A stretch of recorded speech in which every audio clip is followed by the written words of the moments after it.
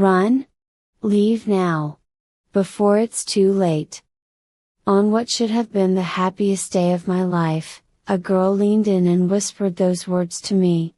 I had no idea then how much that warning would change everything. No one did. This is the story of Victoria, a bride-to-be, glowing with love, ready to walk down the aisle. But what she didn't know was that she was stepping into a storm. A family tangled in secrets, power, and reputation. Before we begin the story, don't forget to hit that subscribe button, it's free, and it truly helps support this channel. The Beverly Hills boutique sparkled like a jewelry box. I stood on the raised platform, surrounded by mirrors that reflected me from every angle. The wedding dress I wore cost more than my first car, and it fit like a dream. My mother dabbed at her eyes with a tissue.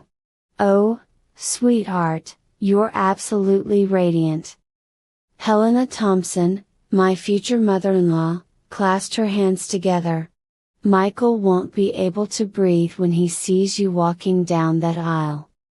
My best friend Kate whistled. "Girl, you look like a princess who grew up and bought her own castle." Laughter rippled through the small group. Glasses of champagne appeared on silver trays. The boutique assistant adjusted my veil, letting the delicate lace cascade down my back. Everything felt magical. Unreal. Like I had stepped into someone else's perfect life. In the corner, perched on a velvet settee, 14-year-old Jennifer Thompson sat with her arms crossed. Michael's younger sister wore dark jeans and a black hoodie, her expression somewhere between bored and annoyed. She scrolled through her phone, deliberately separate from the celebration. I caught Jennifer's eye in the mirror. She looked so out of place among the flowing fabrics and excited chatter. I remembered being 14, that awkward age where everything felt too much or not enough. "Jennifer, come look at this one," I called out, gesturing to a display of delicate tiaras on a nearby table. Jennifer glanced up, hesitated. For a moment, her teenage armor seemed to crack. I stepped down from the platform carefully, the dress whispering around my ankles. I picked up a small rhinestone tiara, clearly meant as a joke accessory. "What do you think? Too much?" A ghost of a smile touched Jennifer's lips. She stood, moving closer. "It's pretty silly." "Exactly. That's why I love it." I placed the tiara on my head at a ridiculous angle. Jennifer's smile widened slightly. She reached out as if to straighten it. Then her expression changed. The smile died. Her eyes went sharp and serious, far older than 14. She leaned in close, her breath warm against my ear. "Run," Jennifer whispered. "Leave now, before it's too late." My heart stopped. The boutique seemed to tilt. I stared at Jennifer, searching those young eyes for meaning. Before it's too late? Did she mean Michael? This family? The wedding itself? Jennifer stepped back quickly, her face shuddering closed.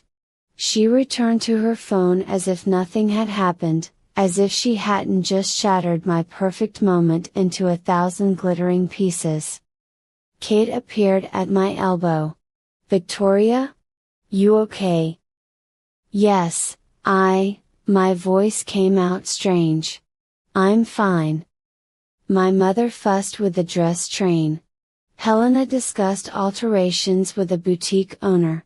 Everyone moved and talked and smiled, completely unaware that the world had just shifted on its axis. I tried to focus on the dress, on the wedding, on my future. But Jennifer's words echoed in my mind like a warning bell. I glanced at Jennifer again. She sat motionless, staring at her phone screen. But I could see the tension in her shoulders, the tight set of her jaw. Maybe Jennifer was just jealous. Sisters could be possessive of their brothers, especially when someone new entered the family. I had read about that. It was normal. Understandable.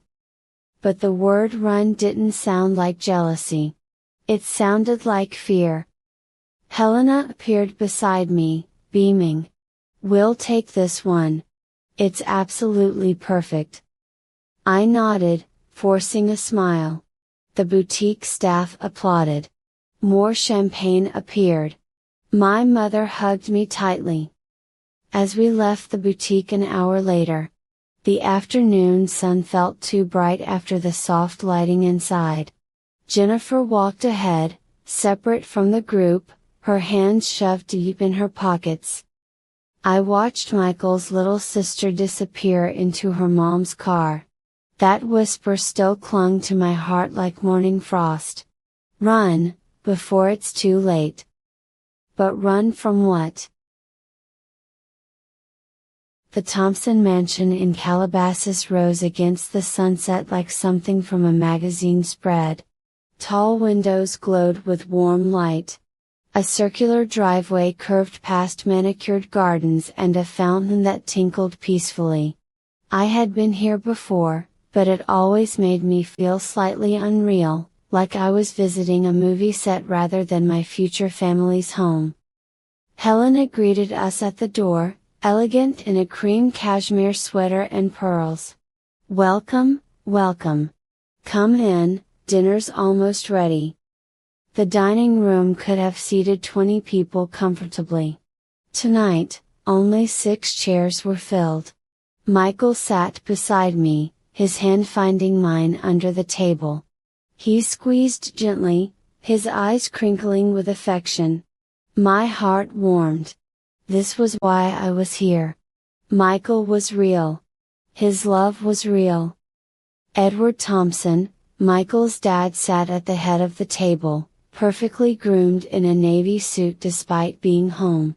His silver hair was styled precisely. His smile was polished, practiced. He looked like his campaign posters, distinguished, trustworthy, powerful. But his eyes remained distant, calculating. I had met him 4 times now, and each time I felt like I was being assessed rather than welcomed. Edward cut his steak with surgical precision. "Victoria, how was the dress shopping?" "Wonderful. We found the perfect one." "Good, good. Important to make the right impression." His tone suggested he was discussing a business merger rather than a wedding. The words felt cold on my skin. Jennifer picked at her food, pushing vegetables around her plate. She hadn't said a word since sitting down. Helena kept glancing at her daughter with concern, but didn't press. Helena turned to Michael, her face brightening. "Michael, I saw your company made the tech news again. That new app feature is getting wonderful reviews." Michael smiled modestly. "The team worked really hard on it. You've always been so driven. Ever since you were young. Always the top of your class, the captain of every team. Now running a successful company at 32. I felt Jennifer stiffen beside me. Her fork clattered against her plate. Edward launched into a story about Michael's college achievements. Helena added details, glowing. They painted a picture of the perfect son, brilliant, accomplished, destined for greatness. The golden child who could do no wrong. Jennifer's jaw clenched tighter with each sentence. I watched her from the corner of my eye, seeing something crumble behind her carefully blank expression. After dinner, while the others moved to the living room for coffee, I excused myself to get some air. I stepped into the garden, breathing in the scent of jasmine and roses. The evening had grown cool. Stars were appearing in the darkening sky. Footsteps crunched on the gravel path behind me. I turned. Jennifer stood there, arms wrapped around herself, looking small and lost in the shadows. "Hey," I said softly. Jennifer didn't respond immediately. She stared at the fountain, watching water cascade over smooth stones. The silence stretched between us like a living thing. "This morning, at the boutique," I began. "I shouldn't have said that." Jennifer's voice was flat, emotionless. "But you did say it. What did you mean?" Jennifer's eyes met mine, and I saw something that made my chest tighten. Fear. Real fear, sharp and desperate. "We're not who you think we are," Jennifer whispered. My pulse quickened. The garden suddenly felt colder. "What does that mean?" "Jennifer, I mean if something's wrong." "There you are." Helena's voice rang out cheerfully. She appeared on the path, smiling that bright, perfect smile. "Jennifer, darling, it's getting chilly. Come inside." Jennifer's expression closed like a door slamming shut. She brushed past her mother without a word, disappearing into the house. Helena moved closer to me, still smiling. She linked her arm through mine. "She's at such a difficult age. 14 is impossible, isn't it? All those hormones and emotions." "She seems upset," I said carefully. "Oh, she's just dramatic. Always has been. She gets these moods." Helena guided me back toward the house. "Let's go inside, I wanted to talk to you about the seating arrangements for the reception. I have some thoughts." I let myself be led inside, but my mind remained in the garden with Jennifer's frightened eyes. "We're not who you think we are." What did she mean? What did that mean? Had Helena interrupted us on purpose? The timing seemed too perfect, too convenient. Later that night, in Michael's car driving back to my apartment, I couldn't stay quiet any longer. "Michael, has Jennifer seemed okay to you lately?" Michael glanced at me, surprised. "Jennifer? Yeah, she's fine. Why?" "She said some strange things to me today. Twice, actually." "Like what?" I hesitated. How could I explain without sounding paranoid? "She told me to run. To leave before it's too late. And tonight she said your family isn't who I think you are." Michael's hands tightened on the steering wheel briefly, then relaxed. He laughed, but it sounded forced. "That's just Jennifer being dramatic. She does this thing where she tries to sound mysterious. I think she watches too many thriller movies." "Michael, it didn't feel like a drama." She looked scared. "Scared of what?" "We're boring people, Victoria. My dad's a politician, my mom runs a charity. I build apps.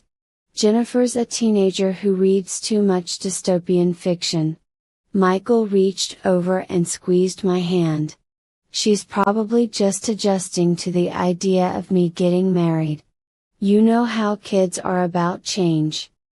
I wanted to believe him. Michael was so calm, so reasonable.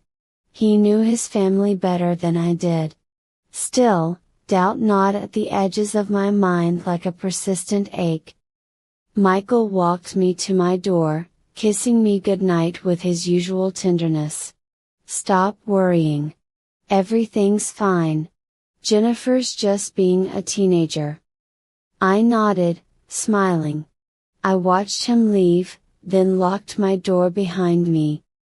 In the silence of my apartment, Jennifer's words echoed louder than ever. "Run? Before it's too late. We're not who you think we are." I stood in my dark living room, staring at nothing. Outside my window, Los Angeles glittered with a million lights. Each one represented a life, a story, a truth. What truth was the Thompson family hiding? And why was a 14-year-old girl so desperate to expose it? The week that followed Jennifer's warning consumed me. I found myself watching Michael with his sister in ways I never had before. The way he adjusted her jacket when we met for Sunday brunch. How he checked if she'd eaten enough. The protective hand he placed on her shoulder when they walked together. It was tender. Almost parental. We gathered at a restaurant in Santa Monica, the kind with ocean views and overpriced salads. Jennifer picked at her French fries while Helena talked about charity gala preparations. I barely heard a word. I couldn't stop staring at Jennifer and Michael sitting across from me. They had the same eyes. Dark brown, almond-shaped, with those unusual gold flecks near the center. The same slight dimple in the left cheek when they smiled. Even their hands looked similar, long fingers, the same way of gesturing when they spoke. "Victoria? Did you hear me?" Helena's voice cut through my thoughts. I blinked. "Sorry, what?" "I asked if you preferred orchids or roses for the centerpieces." "Roses. Roses are fine." Michael squeezed my knee under the table, concerned. I forced a smile. Later, as we walked along the beach, I did the math in my head. Helena was 59 now. Jennifer was 14. That meant Helena had given birth at 45 years old. Possible, certainly. But unusual. I remembered Helena mentioning once that Jennifer's pregnancy had been unexpected. A surprise blessing, she'd called it. Her voice had carried an odd note when she said it, something I couldn't quite identify. Michael had been 18 when Jennifer was born. I thought about 18-year-old boys I'd known. Most could barely handle college applications, let alone a baby. But what if Michael hadn't been just a brother? The thought made me sick. If Jennifer was Michael's daughter, that would explain everything. Why Helena and Edward raised her as their own, protecting their golden son's future. Preserving Edward's political image. Keeping the scandal buried deep. It would explain Jennifer's warnings too. Maybe she knew the truth. Maybe she was trying to tell me before I married into this web of lies. My phone buzzed. Kate texting about bridesmaid dress fittings. I stared at the message, unable to focus. My fairy tale future felt like it was built on quicksand, shifting beneath my feet with every passing moment. That night, I couldn't sleep. I lay in bed watching shadows move across my ceiling, playing out scenarios in my mind. Each one felt more plausible than the last. Each one made me feel more foolish for not seeing it sooner. By morning, I'd made a decision. I needed to know the truth. At work, I barely functioned. I was supposed to be finishing sketches for a new spring collection, but my designs came out wrong. The lines were harsh, angry. Nothing like my usual style. My assistant noticed but didn't comment. During lunch, I called my friend Rachel, a nurse. We made small talk for a few minutes before I asked what I really wanted to know. Hypothetically, how likely is it for a woman to get pregnant naturally at 45? Rachel paused. It's rare but possible. Why? Just curious. Victoria, is this about you? Because you're only 30, no, not me. Just something I heard. Another pause. Well, Fertility drops significantly after 40. Most 45-year-old pregnancies involve fertility treatments or are accidental surprises. It does happen though. After we hung up, I sat in my car in the parking lot. Rare but possible. Those words echoed in my mind. But combined with everything else, the warnings, the similarities, the family's strange dynamics, it felt like too much coincidence. My hands trembled on the steering wheel. I thought about confronting Michael directly. But what would I say? I think your sister is actually your daughter? Based on what? A hunch? Matching eye color. The wild accusations of a dramatic teenager. He'd think I was crazy. Worse, he'd be hurt that I didn't trust him or his family. But I couldn't marry him without knowing. This secret, if it existed, would sit between us forever like a ghost at our table. That evening, Michael came over with Thai food. We ate on my couch, watching a cooking show neither of us really cared about. He seemed relaxed, happy. He kept reaching over to touch my hand, my knee, my hair. His affection felt genuine, uncomplicated. I studied his face in the television's glow. Could this man be hiding something so enormous? Michael was one of the most honest people I'd ever met. He returned extra change to cashiers. He cried during animated movies. He called his employees' parents when they were sick. But people lied to protect the ones they loved. People kept terrible secrets to preserve their families. Michael caught me staring. Is anything wrong? Nothing.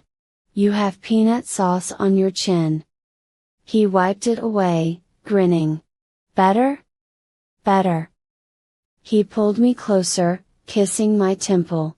You've been quiet lately. Everything okay? Just wedding stress. We can simplify things if you want. Elope to Vegas. Just you and me.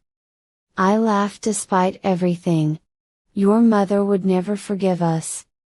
True. She's been planning this wedding since our second date. We fell into comfortable silence. Michael's breathing grew steady and slow. Within minutes, he was asleep against my shoulder, trusting and peaceful.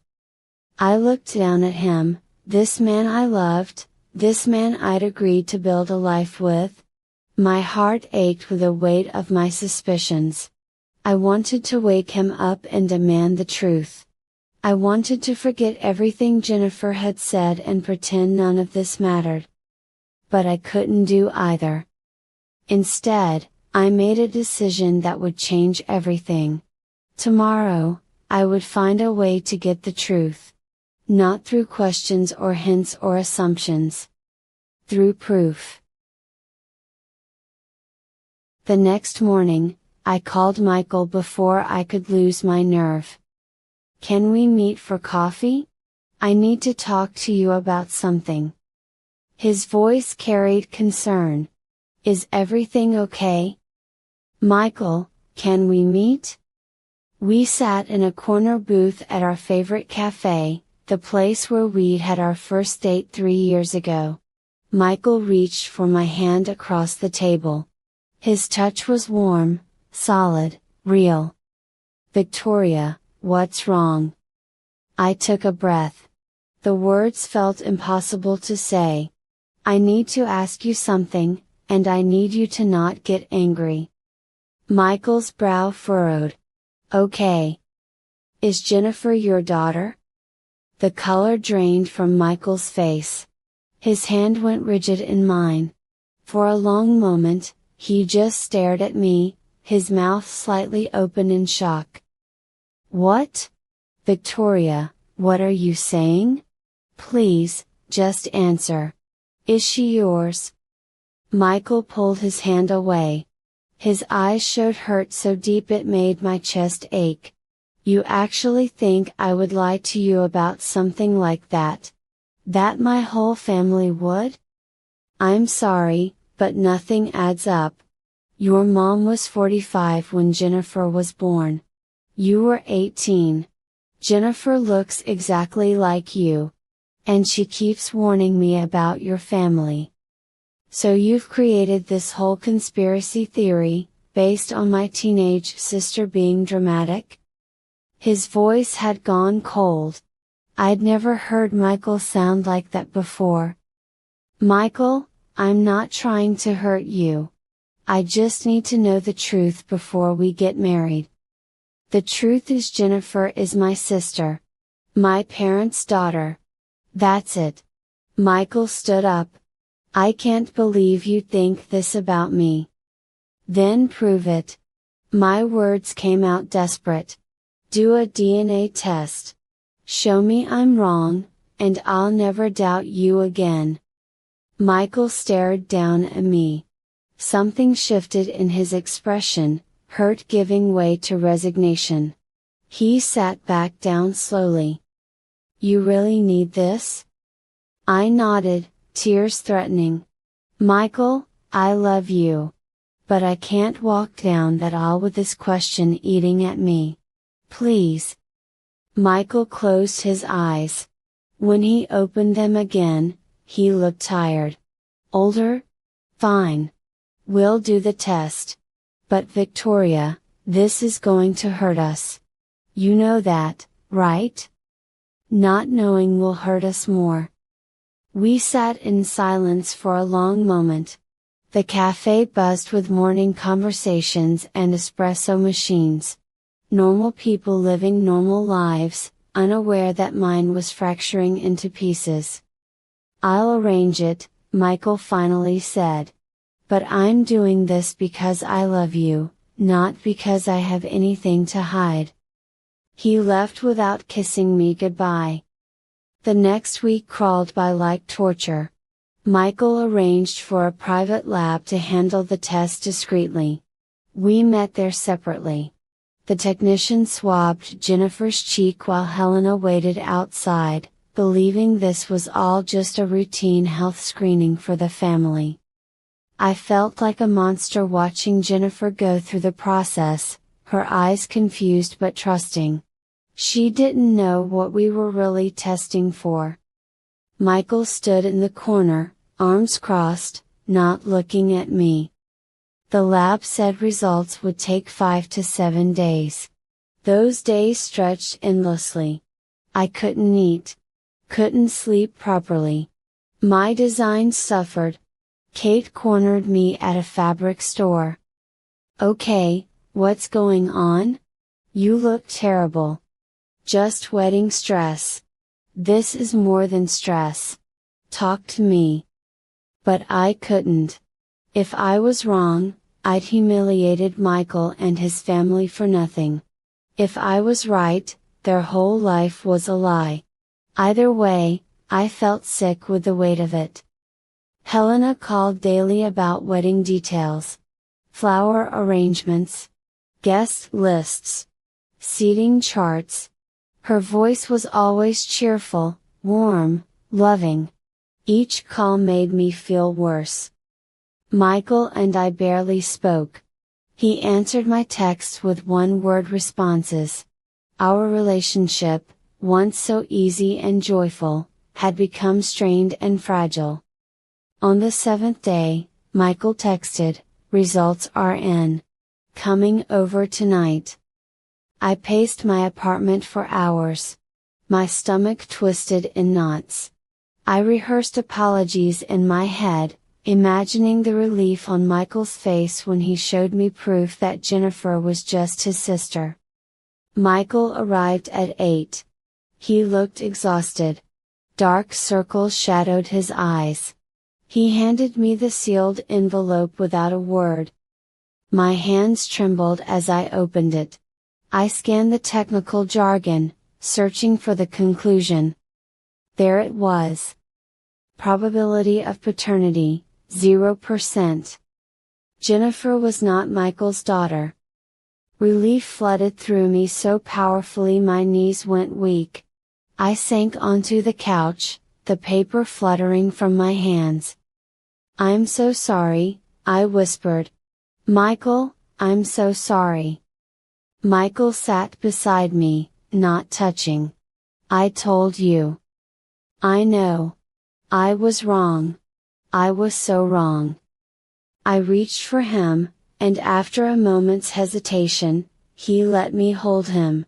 We sat there in the dim light of my living room, the envelope on the floor between us like evidence of my betrayal. "Can you forgive me?" I asked against his shoulder. Michael pulled back to look at me. His eyes were sad but not angry. "I understand why you worried. Jennifer's been strange, and my family isn't perfect. But Victoria, you have to trust me. We can't build a marriage without that." "I know. I do trust you. I got scared." "I know." He kissed my forehead gently. "We'll get past this." We held each other as the city lights flickered on outside. The test results lay forgotten on the floor, proof of my paranoia and his innocence. But as the days passed and we tried to return to normal, I couldn't shake the feeling that something was still wrong. Jennifer's warnings hadn't been about Michael being her father. So what had she been trying to tell me? And why did Edward's cold stares at dinner seem more threatening now, as if he knew I'd been digging into family secrets? The storm wasn't over. It was only beginning. 3 weeks before the wedding, my phone rang at midnight. Helena's voice was shaking. "Victoria, there's been an accident. Jennifer, she's at Cedars-Sinai. Can you come?" I threw on clothes and drove through empty LA streets, my heart hammering. At the hospital, I found Helena in the waiting room, mascara streaked down her cheeks.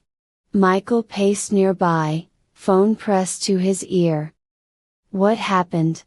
I asked. Helena grabbed my hands. "Car accident. She was at a friend's house, and her friend's mom was driving Jennifer home. Her leg is broken, but she'll be okay." Relief mixed with residual fear. "Can I see her?" "The doctor's with her now. Edward is still at a dinner event. Michael's trying to reach him." Michael hung up, frustrated. "He's not answering. Probably busy." Helena wrung her hands. "He'll be furious about the timing. The wedding is so close."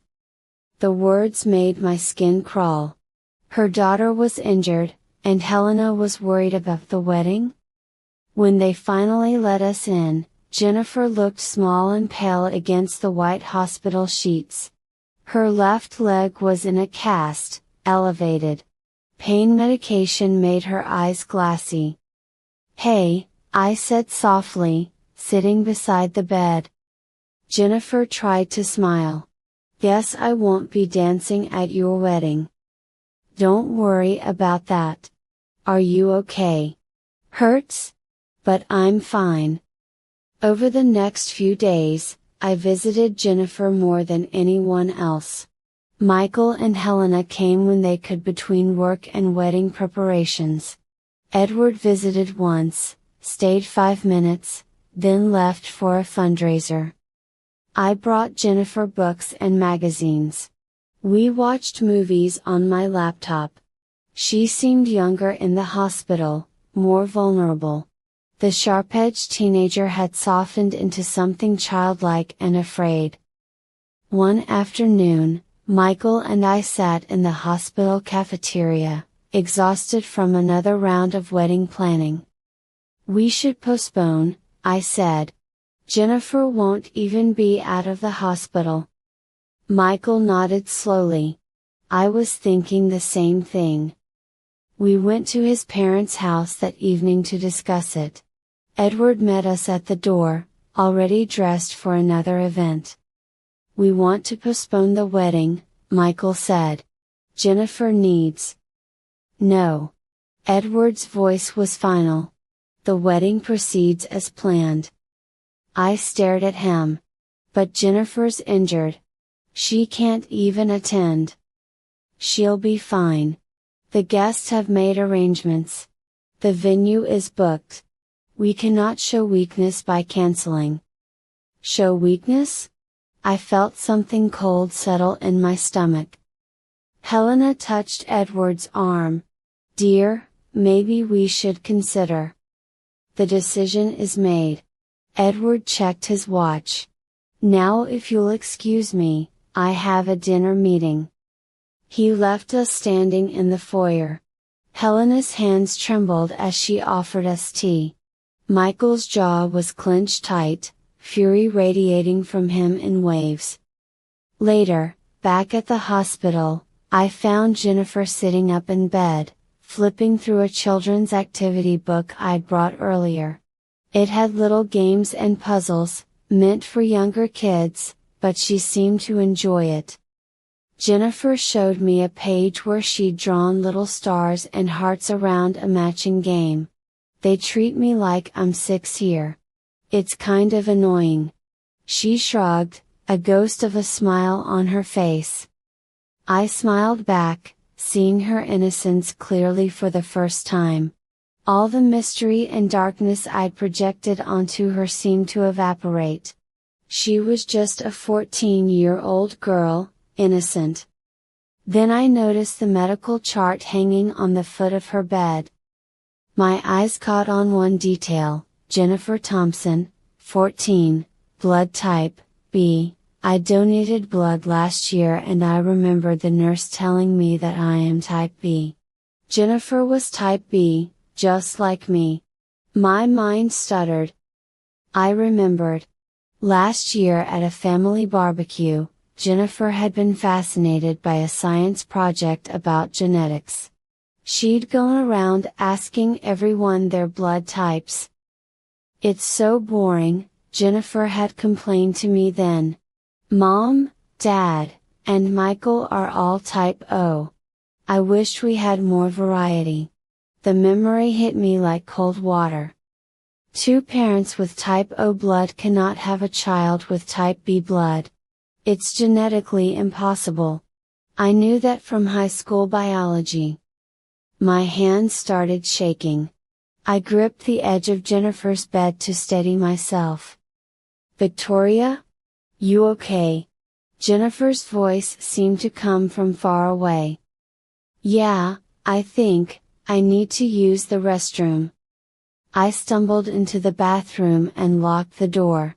My reflection in the mirror looked pale, shocked. The perfect family portrait was impossible. Literally impossible. Jennifer wasn't Edward and Helena's biological daughter. But I'd already tested if she was Michael's. She wasn't. So whose child was she? I couldn't sleep. The blood type information haunted me like a ghost. I lay in bed, staring at my ceiling, running through possibilities. Adoption? But why would they hide it? Surrogacy?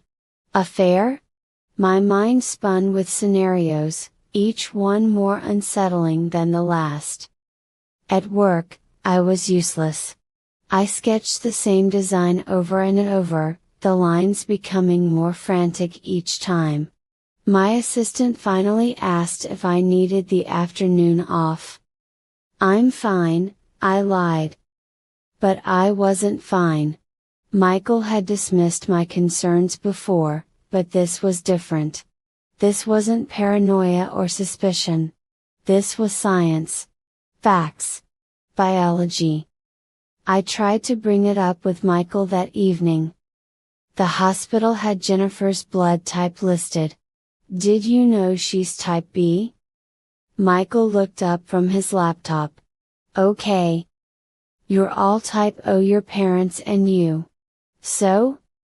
Michael, 2 type O parents can't have a type B child. It's genetically impossible. His expression hardened.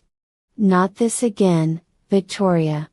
We just went through the DNA test drama. This is different. This isn't about you. This is about you not being able to let things go. Michael closed his laptop sharply.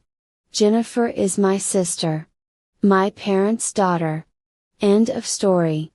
I don't care about blood types or your theories. But the science. I don't want to hear it. Michael stood up. I even did DNA tests behind my family for you. I thought you were just stressed about the wedding. But now you're back to these conspiracy theories? Victoria, maybe you're the one with the problem. His words stung like a slap. He left my apartment without another word. I sat alone in the silence, tears streaming down my face. Maybe Michael was right. Maybe I was looking for problems where none existed. Maybe there was a simple explanation I wasn't seeing. But the numbers didn't lie. Biology didn't lie. 3 days passed. Michael barely responded to my messages.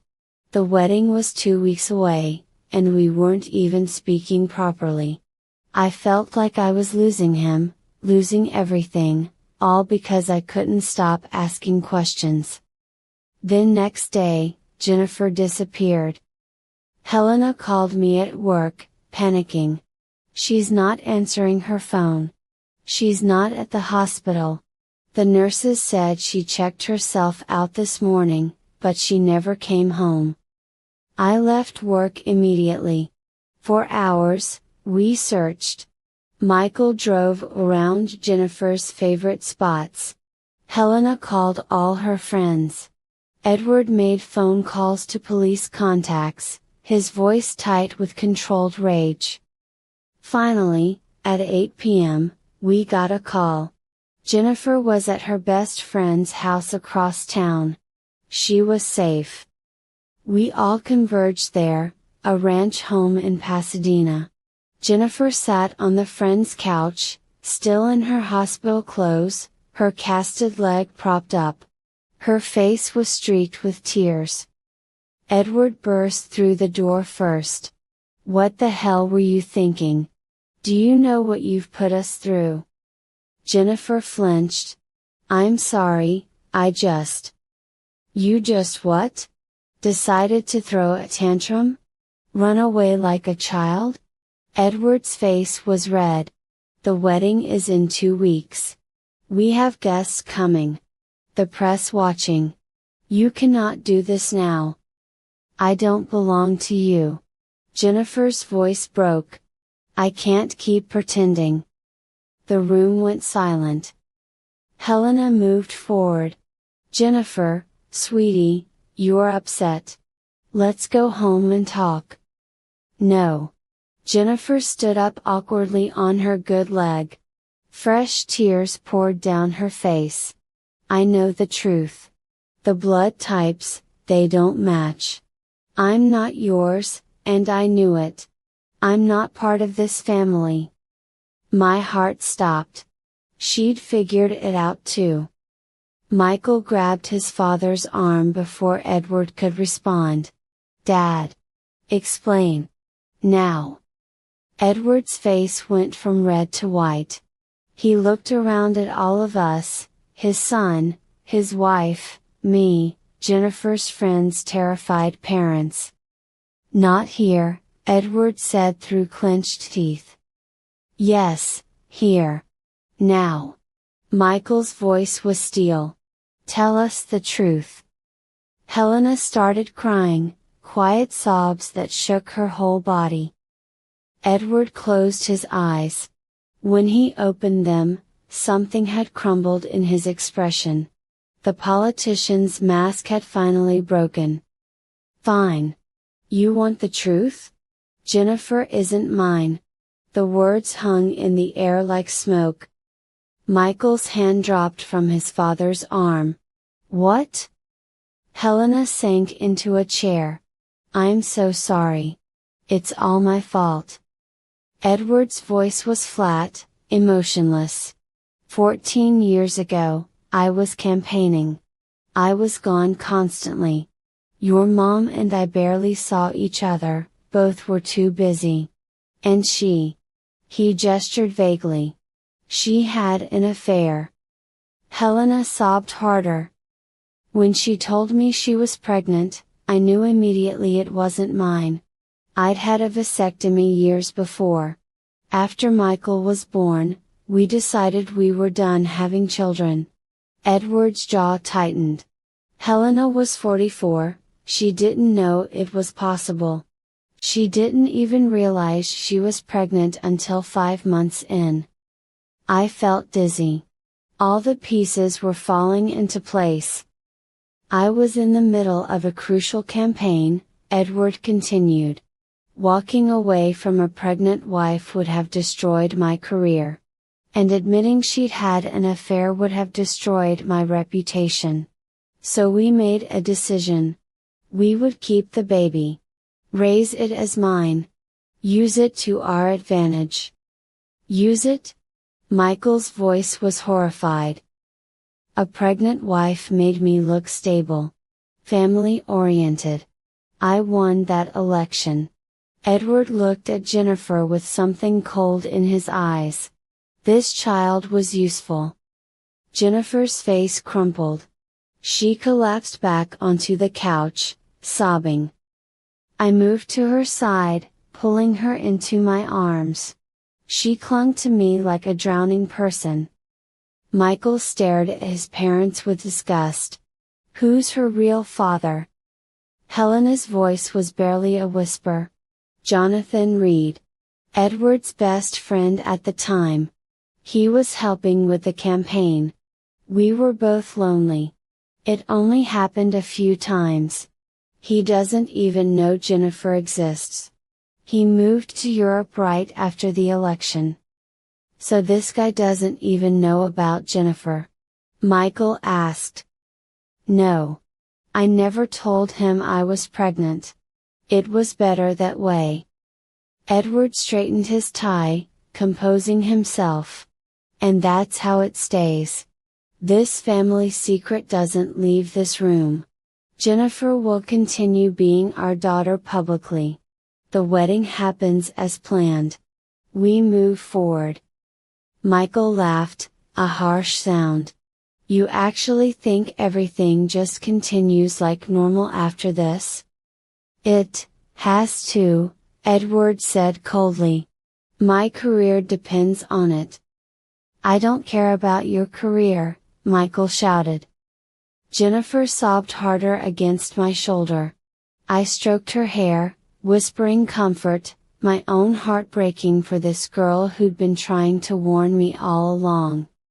She'd known something was terribly wrong in this family. She'd tried to tell me. And I'd been so focused on the wrong secret. The wedding was postponed. Not for appearances or schedules this time, but because our family was broken and needed time to heal. Michael moved out of his place and stayed with me for a while. He couldn't look at his father. Helena called him daily, crying, apologizing, begging for forgiveness. Sometimes he answered. Sometimes he didn't. Jennifer stayed with us too for the first week. Michael had insisted, and Helena hadn't fought him. Jennifer slept on my couch, her casted leg propped on pillows, and slowly the tight fear in her face began to ease. One evening, while Michael was out getting dinner, Jennifer and I sat together watching a mindless comedy show. I'm sorry, Jennifer said quietly during a commercial break. For what? For trying to warn you. For being cryptic and weird. I didn't know exactly what was wrong, but I felt it. The way Dad looked at me sometimes. The way Mom cried in her room when she thought no one was listening. I knew I didn't fit here, but I didn't know why. Until I learned about blood types in school. You're smart, I said. Too smart to fool. When you started asking questions and doing some test with Michael, I thought maybe you'd figure it out. But then you stopped. Jennifer looked at me with those brown eyes so much like her mother's. I was scared you'd marry into this mess without knowing the truth. Jennifer, sweetie. You were trying to protect me. I think mostly I was trying to protect myself. I thought if the truth came out, maybe things would change. Maybe I'd finally know who I really am. We sat in silence for a moment. Your mom loves you, I finally said. Whatever else is true, Helena loves you. I've seen it. I know. That makes it harder somehow. Over the following weeks, the family began the painful process of putting itself back together. Edward, humiliated and facing pressure from his political party, announced his plans for early retirement. His cold mask had cracked, revealing a frightened man who'd spent 14 years maintaining a lie. Helena started therapy. She apologized to Jennifer over and over, but she also began showing up. Really showing up. Not as the perfect politician's wife, but as a mother who'd made terrible choices and wanted to do better. Michael was the hardest one to watch. He'd idolized his father, built his whole understanding of family on what he thought the Thompsons represented. Watching that image shatter left him raw and angry. But slowly, he started talking to Edward again. Not forgiving, not yet. But talking. Jennifer went back to school. Kids whispered, the story had leaked somehow, the way secrets always do in political families. But she held her head high. She started seeing a therapist too, working through years of feeling like she didn't belong. One night, about 2 months after everything had fallen apart, Jennifer came over for dinner. Her cast was off now. She walked with a slight limp but growing stronger every day. After we ate, she hugged me at the door before leaving with Helena. Thanks, Jennifer whispered. You believed me, even when no one else did. I'm sorry it took me so long to understand. You got there eventually. That's what matters. I watched them drive away, mother and daughter, broken but trying. The wound was deep, but healing had begun. Time passed. Fall turned to winter. The city decorated for holidays. Life moved forward the way it always does, whether we're ready or not. One evening in early December, Michael asked me to meet him at our old dating spot, the little bar in Silver Lake where we'd had our first drink together, where he'd made me laugh so hard I'd snorted wine through my nose. I found him at our usual corner table, 2 glasses of wine already waiting. Hey, I said, sliding into the booth. Hello, Victoria. Michael looked nervous. Good nervous. The kind that made my heart skip. We sat in silence for a moment, just looking at each other. So much had changed since that first date 3 years ago. We'd been through suspicion, betrayal, family secrets, and painful truths. We'd seen each other at our worst and somehow we're still sitting here. Victoria, I've been thinking, Michael said finally. About us. About everything that happened. My stomach tightened. Was this the end? Had he decided I'd caused too much damage with my questions and doubts? We've got a crazy family, Michael continued. My dad's a manipulator. My mom had an affair. My sister isn't really my whole sister, except she absolutely is. There are no more secrets now, but the damage is still there. It'll take years to fully heal, if we ever do. I nodded, not trusting my voice. Michael reached across the table and took my hand. But I still want you to be my wife. If you'll have me. If you'll have all of us, the mess, the chaos, the complicated truth. Tears blurred my vision. Michael, I mean. I know it's a lot to ask. I know my family put you through hell. But you stuck around. You fought for the truth even when I pushed you away. You protected Jennifer when she needed someone. His eyes were bright with emotion. Victoria, you're already part of this family, the real version, not the fake one we showed the world. I squeezed his hand, unable to speak past the lump in my throat. So, what do you say? Michael's voice was soft, hopeful. Do you still want to marry into this disaster? I laughed through my tears. Yes. God help me, yes. Michael smiled, that beautiful real smile that had made me fall in love with him in the first place. He reached into his pocket and pulled out my engagement ring, the one I'd taken off weeks ago when everything fell apart. I held out my hand, and he slipped it back on my finger where it belonged. We'll do it right this time, Michael said. Small ceremony. Just the people who matter. No political guests or fake smiles. Just us, being honest about who we really are. That sounds perfect. We sat there in our corner booth, holding hands across the table, while the bar buzzed with life around us. The road ahead wouldn't be easy. Families like ours didn't heal overnight. But we'd face it together, with truth instead of secrets, with love instead of appearances. Jennifer had been right to warn me. The Thompson family wasn't who I thought they were. They were messy and flawed and broken. They were also real. And sometimes, real is better than perfect. Thank you for listening.